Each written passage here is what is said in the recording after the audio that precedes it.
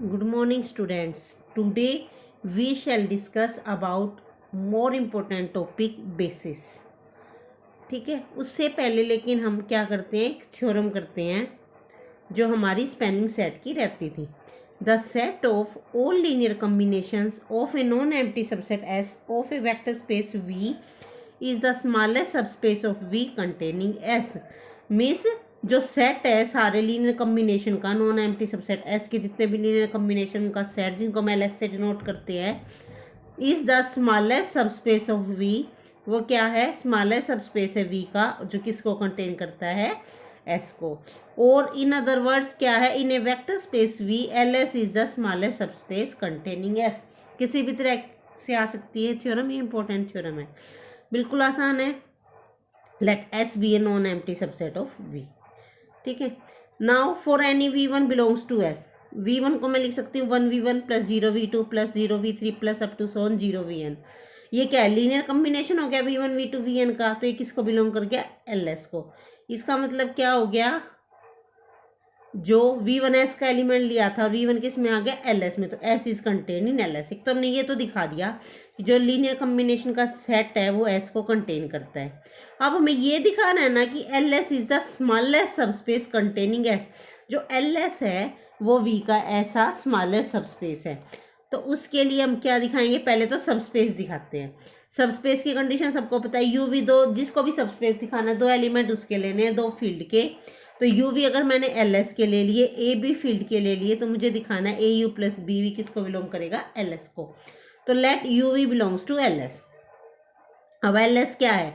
L S में क्या? सारे लीनियर कम्बिनेशन. तो यू को मैं लिख सकती हूँ a1 plus a2 up to so on plus an इसी तरह वी भी लीनियर कम्बिनेशन होगा, तो उसको हमने मान लिया b1v1 plus b2v2 plus up to so on bm where ai and bj belong to f. Then A U plus B V निकालेंगे तो ये हो जाएगा a into this plus b into this one. अब इनको मल्टीप्लाई करेंगे तो ये हो जाएगा a1u1 plus a2u2 plus up to so on an plus b v1 plus b v2 plus up to so on vm. ये कर लिया. अब हम क्या करेंगे? ध्यान से देखना कि ए यू प्लस बी यू की क्या बन गया? लीनियर कम्बिनेशन बन गया. किनका? u1 u2 up to so on un and v1 v2 vm. इन सब का क्या बन गया? लीनियर कम्बिनेशन बन गया. एलिमेंट्स तो सारे एस में से आ रहे हैं, तो इसका मतलब ये वाला एलिमेंट किसको बिलोंग कर गया? A U plus P V L S को. तो इसका मतलब एल एस क्या है? सबस्पेस. अब बस ये और दिखाना रह गया कि L S is the smallest subspace of V containing S.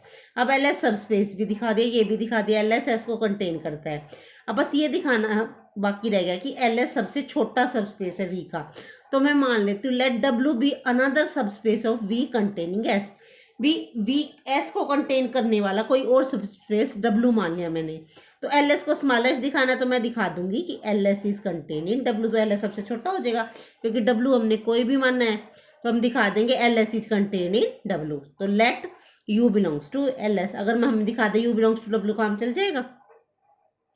Now since U belongs to L S, तो यू क्या होगा? U is equal to U linear combination होगा एलिमेंट्स का. तो यू को मैं लिख सकती हूँ a1u1 plus a2u2 plus up to so on an where ai belongs to f and ui belongs to s. अब ui सारे किसके एलिमेंट है? s के. और s के w कंटेन कर रहा है s को, तो ui किसको बिलोंग करेंगे? w को भी.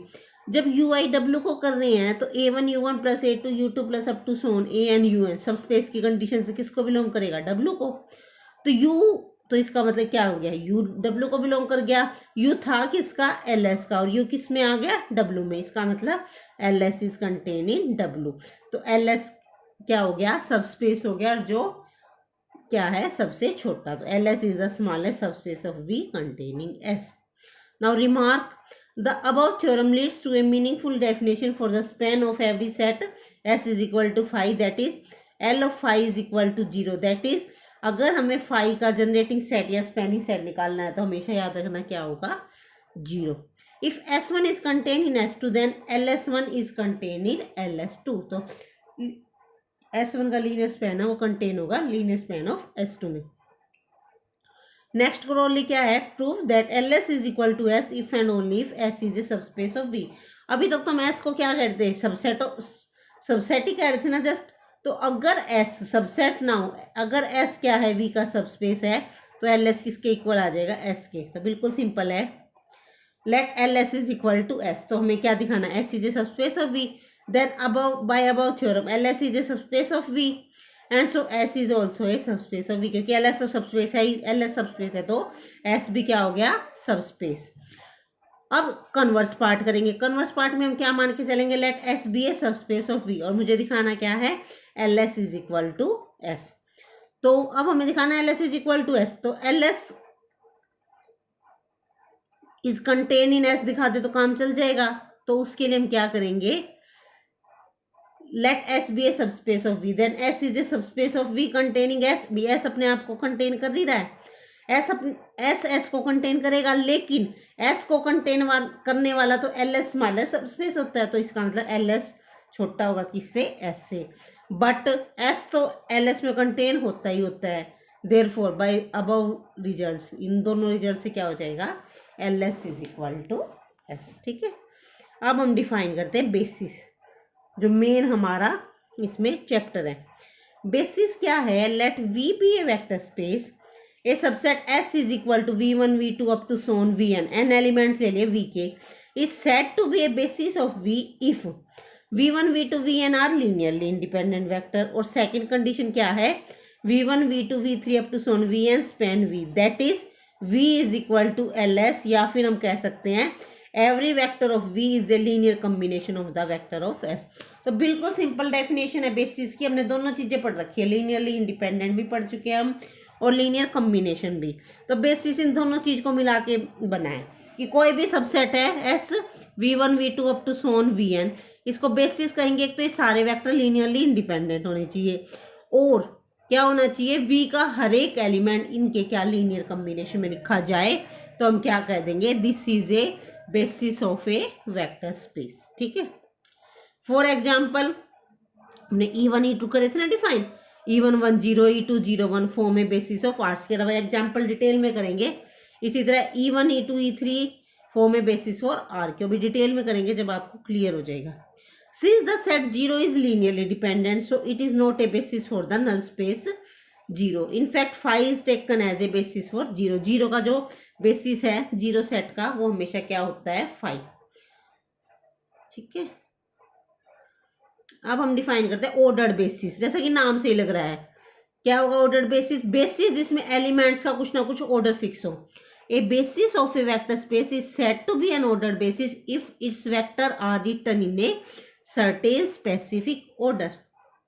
N ordered basis for a vector space V is an ordered n tuple v1 v2 up to so on vn। ये सीक्वेंस में लिख रखे ना, बस इसी को हम क्या बोल देते हैं, ordered basis, where v1 v2 vn is a basis for v। ठीक है, दो ऑर्डर्ड बेसिस है हमारे पास, are equal if and only first वाला एलिमेंट इसके फर्स्ट एलिमेंट के इक्वल हो, सेकंड वाला इसके सेकंड के, थर्ड वाला इसके, तो उनको हम क्या बोल देते हैं, इक्वल बेसिस। नेक्स्ट है coordinates of a vector relative to the basis, ये भी बिल्कुल सिंपल है। If b equal to v1 v2 vn, ये क्या हो, बेसिस हो वेक्टर स्पेस v का, then a vector v can be expressed as linear combination of this. तो v को लिख सकती हूँ मैं a1 v1 plus a2 v2 plus up to so on an vn। Then these scalars a1 a2 up to so on an in this linear combination are called coordinates of v relative to the basis b। ठीक है, इनको क्या बोलते हैं, coordinates of v related to the basis b, जो एक coefficient होते हैं a1 a2 up to so on an। ठीक है, नाउ अब हम एग्जांपल करते हैं। उससे पहले एक चीज हो रहा है, कोई भी वेक्टर स्पेस है उसका बेसिस जरूरी नहीं है वो यूनिक हो, एक वेक्टर स्पेस के बहुत सारे बेसिस हो सकते हैं।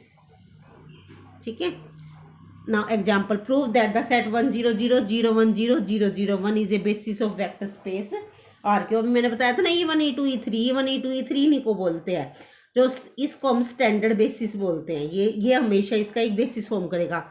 अगर हम R स्केयर की बात करेंगे तो उसमें दो एलिमेंट ले लेंगे 1 0 और 0 1।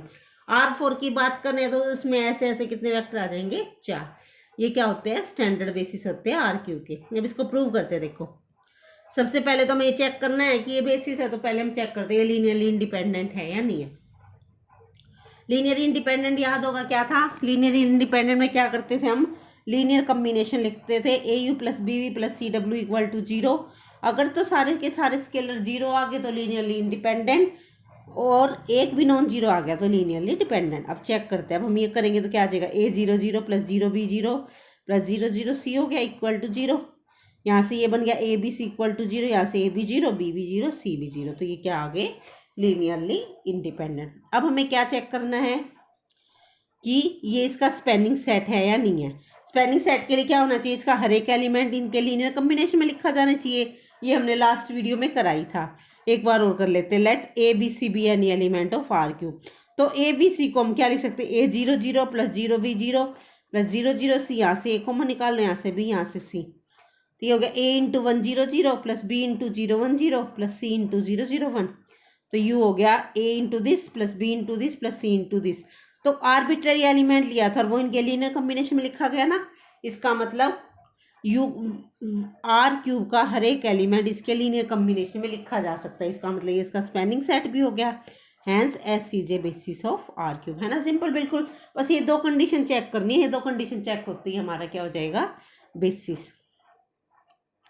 अब जैसे नेक्स्ट एग्जांपल है, if V is a vector of all ordered pair of complex number over the field R, then the set 1 0 iota 0 0 1 0 iota is a basis of V। V क्या दे रखा है, वेक्टर स्पेस आना था, यहाँ गलती से vector लिख रखा है। V is the vector space of all ordered pair of complex number, complex numbers के ऑर्डर्ड पेयर का V क्या दे रखा है, vector space over the field R। तो हमें ये चेक करना है S is a basis of V। बिल्कुल सिंपल है। सबसे पहले तो इसको क्या दिखाना, लीनियरली इंडिपेंडेंट। लीनियरली इंडिपेंडेंट दिखाने के लिए क्या करना पड़ेगा, इसका लीनियर कॉम्बिनेशन लेके चलना पड़ेगा, विच इज इक्वल टू 0। तो लेके चलेंगे, let A1 into 1 0 plus B A2 into iota 0 plus A3 into 0 1 plus A4 into 0 iota equal to 0। अब ये सारे स्केलर 0 आ गए तो हमारे लीनियरली इंडिपेंडेंट है, नहीं तो नहीं है। अब इनको ऐड करते हैं, देखो क्या हो जाएगा, ये A1 प्लस आयोटा A2 और A3 plus iota A4 equal to 0 0। यहाँ 0 का मतलब ये होता है जो भी हमारा वेक्टर स्पेस है उसी फॉर्म की 0 होगी। तो यहाँ ऑर्डर्ड पेयर का है तो क्या हो गया, 0 0। अब कंपेयर करेंगे तो A1 प्लस आयोटा A2 0 आ गया और A3 प्लस आयोटा A4 0। अब A1 plus iota A2 equal to 0 मतलब 0 प्लस 0 आयोटा। कंपेयर करेंगे तो A1 भी 0 A2 भी 0। यहाँ कंपेयर करेंगे तो A3 भी 0 A4 भी 0। इसका मतलब सारे स्केलर 0 आ गए तो लीनियरली इंडिपेंडेंट तो हो गया। अब हम क्या चेक करेंगे, spanning set. Let U be arbitrary element. तो U आर्बिट्रेरी एलिमेंट लेंगे तो U किस फॉर्म का होगा, A प्लस आयोटा B और C प्लस आयोटा D का, क्योंकि कॉम्प्लेक्स नंबर की बात कर रहे हैं हम। तो U क्या होगा, A plus iota B C plus iota D। तो ये ध्यान से देखो, क्या मैं इसको लिख सकती हूँ, A into 1 0 plus B into iota 0 plus C into 0 1 plus D into 0 iota. और ये सारे के सारे क्या, ये हमारा क्या था, ये वाला एलिमेंट, ये वाला एलिमेंट आ गया, ये वाला आ गया और ये वाला। तो U एलिमेंट इनके लीनियर कॉम्बिनेशन में लिखा गया। इसका मतलब this set is a basis for V। ठीक है, ऐसे निकालने हैं आपको सारे। अब जैसे ये देखो, हमें शो करना है this set is a basis of R³। ये 2 1 4 1 -1 2 3 1 -2। सबसे पहले तो हम क्या चेक करेंगे, लीनियरली इंडिपेंडेंट है या नहीं है। उसके लिए क्या लेंगे, इसका linear combination equal to 0 put करेंगे। तो let A into 2 1 4 plus B into 1 -1 2 plus C into 3 1 -2 equal to 0। यहाँ इसको खोल लेंगे, हो जाएगा 2A A 4A, ये हो जाएगा B माइनस B 2B, ये हो जाएगा 3C C minus 2C equal to 0। Compare करेंगे इनको ऐड करके तो क्या हो जाएगा, 2A plus B plus 3C equal to 0, A minus B plus C equal to 0, 4A plus 2B minus 2C is equal to 0। जब हम इनको ऐड कर देंगे, सोल्व करने के बाद हमारे पास A की वैल्यू आ जाएगी ये, B की वैल्यू आ जाएगी ये। इसको C में रखेंगे, जब हम A और B की वैल्यू C में रखेंगे तो C की वैल्यू आ जाएगी 0। C की वैल्यू 0 आ गई, इसमें रखेंगे तो A की भी 0 और B की भी 0, तीनों 0 आ गए। इसका मतलब क्या हो गया, लीनियरली इंडिपेंडेंट। ठीक है, अगर लीनियरली इंडिपेंडेंट है और इसका ये स्पैनिंग सेट तो बनी जाएगा। ठीक है, क्यों, क्योंकि अगर कोई भी फाइनाइट डायमेंशनल वेक्टर स्पेस हो, इसका हम ये डिटेल में करेंगे कि कोई भी बेसिस है उसकी डायमेंशन पता, डायमेंशन हमें पता है ना, इसके तीन ही वेक्टर गिवन और ये R3 है। इसका मतलब ये इसका, उसमें हमें सिर्फ क्या दिखा दो, उसमें हम अगर ये दिखा दे कि वे लीनियरली इंडिपेंडेंट है तो सिर्फ उसी से काम चल जाता है। लीनियर कम्बिनेशन दिखाने की जरूरत नहीं पड़ती। ये वाली थ्योरम हम डिटेल में करेंगे, ठीक है। अभी फिलहाल आप ये याद रखो, इसको लीनियरली इंडिपेंडेंट दिखाते हैं तो इसका मतलब ये क्या है, इसका बेसिस। और इस थ्योरम से, इस एग्जाम्पल से ये बात भी क्लियर होगी कि basis of a vector space need not be unique, की जरूरी नहीं है कि यूनिक हो।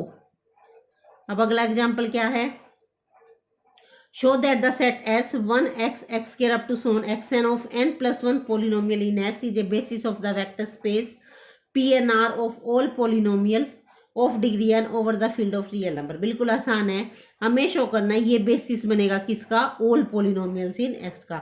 तो बिल्कुल सिंपल है, सबसे पहले तो क्या दिखाना है, लीनियरली इंडिपेंडेंट। उसके लिए लीनियर कम्बिनेशन लेके चलेंगे, इक्वल टू 0 लेके चलेंगे, ये इक्वल टू 0 लेके चले, ठीक है, वेयर 0 डिनोट द 0 पोलिनोमियल। अब दो पोलिनोमियल इक्वल कब होते हैं, जब उनके कोफिशिएंट इक्वल होते हैं। यहाँ से तो क्लियरली ए नोट भी 0 आएगा, A1 भी 0, A2 भी 0, An भी 0, तो एस लीनियरली इंडिपेंडेंट तो हो गया। Also any polynomial fx can be expressed as a linear combination of the element of s, that is fx को मैं लिख सकती हूँ A naught into 1 plus A1 into X, अगर मैं इसको fx मान लेती हूँ, plus A2 into x square. तो इनके लीनियर कम्बिनेशन में आ गई, इनके लीनियर कम्बिनेशन में आ गई, तो वो क्या बन गया, इसका बेसिस, ठीक है, क्योंकि लीनियर कम्बिनेशन में बन गया, लीनियरली इंडिपेंडेंट भी हो गया, तो ये क्या है, इसका एक बेसिस। अब नेक्स्ट एग्जांपल, अभी तक तो हमने सारे एग्जांपल किए जो बेसिस थे, अब हम एक एग्जांपल करते हैं जो सेट बेसिस नहीं है। हमें शो करना है 1 0 0 1 1 0 1 1 1 0 1 0 span the vector space R3 but it is not a basis है, कि ये है ना स्पैन तो कर रहा है लेकिन ये बेसिस नहीं बना रहा। उसके लिए स्पैनिंग के लिए तो क्या दिखाना है, इसका एक आर्बिट्रेरी एलिमेंट लें और वो दिखा दें कि इनके लीनियर कम्बिनेशन में लिखा जा सकता है। तो let A B C be any arbitrary element. तो लीनियर कम्बिनेशन निकालने के लिए क्या करना है, हमें इसको मान लेते हैं, let A B C equal to X into first element plus Y into second element plus Z into third element plus T into third. यहाँ पे आप A1 A2 A3 A4 भी ले सकते हैं, वो आपकी मर्जी। अब इसको सोल्व करके लिखेंगे तो ये सारा आ जाएगा x plus Y plus Z, ये y plus Z plus T और ये z। हमें यहाँ से x y z t की वैल्यू फाइंड आउट करनी है एक तरह से। अब यहाँ से a की वैल्यू आ गई x plus Y plus z, b की वैल्यू आ गई y plus Z plus t, c की वैल्यू आ गई z। तो z की वैल्यू तो हमारी आ गई c, z की वैल्यू यहाँ पुट कर देंगे तो y की वैल्यू आ जाएगी b minus c minus t और x की इसी तरह आ जाएगी a minus b plus t. तो x y z की वैल्यू आ गई, यहाँ पुट कर देंगे तो a b c को हमने क्या कर दिया, इनके लीनियर कम्बिनेशन में लिख दिया। इसका मतलब क्या हो गया कि a b c can be expressed as linear combination of element of s। तो स्पैनिंग सेट तो हो गया। अब हम ये चेक करते हैं कि लीनियरली इंडिपेंडेंट है या नहीं है। अगर ये लीनियरली इंडिपेंडेंट होगा तो बेसिस बन जाएगा, अदरवाइज नहीं। लीनियरली इंडिपेंडेंट के लिए भी क्या करना है, लीनियर कम्बिनेशन को इक्वल टू 0 मान के चलना है। अब लीनियर कम्बिनेशन मान लिया मैंने, ये हो गया x plus Y plus Z, ये हो गया y plus Z plus T और ये z इक्वल टू 0 0। यहाँ से क्या आ गया, x plus Y plus z equal to 0, y plus Z plus t equal to 0, z is equal to 0। यहाँ से z 0 आ गया, यहाँ रखेंगे तो y की वैल्यू कितनी आ गई, माइनस टी, और x की वैल्यू कितनी आ गई, t, ठीक है, ये वैल्यू आ गई। अब x y z है, z की वैल्यू 0 है, y की माइनस टी, x की t है। तो इसको ऊपर वाली इक्वेशन में रख के देखेंगे अगर हम कि सेटिस्फाई कर रही है या नहीं, तो बात बन जाएगी या नहीं। इन्होंने क्या कहा, in particular for t equal to 1, ये t इन्होंने आर्बिट्रेरी मान रखा है, इस t को हम पर्टिकुलरली 1 भी ले लें और ये सारी वैल्यूज अगर हम ऊपर पुट करते हैं तो ये कंडीशन सेटिस्फाई नहीं हो रही, ये कंडीशन सेटिस्फाई नहीं हो रही। या फिर ये कह लो कि देखो z तो 0 आ गया लेकिन y माइनस टी है, x t है, तो t कुछ भी हो सकता है ना, हमारा t1 भी हो सकता है, t2 भी हो सकता है, तो एक भी नॉन जीरो आ गया तो ये इसका मतलब ये हमारे क्या है, लीनियरली इंडिपेंडेंट नहीं है, ठीक है। तो लीनियरली इंडिपेंडेंट नहीं है तो ये क्या है, इसका बेसिस भी नहीं है, ठीक है। तो आपको इसी तरह सारे एग्जाम्पल्स और एक्सरसाइज के सम करने हैं बेसिस वाले, और कोई दिक्कत हो तो आप पूछ सकते हो। Thank you.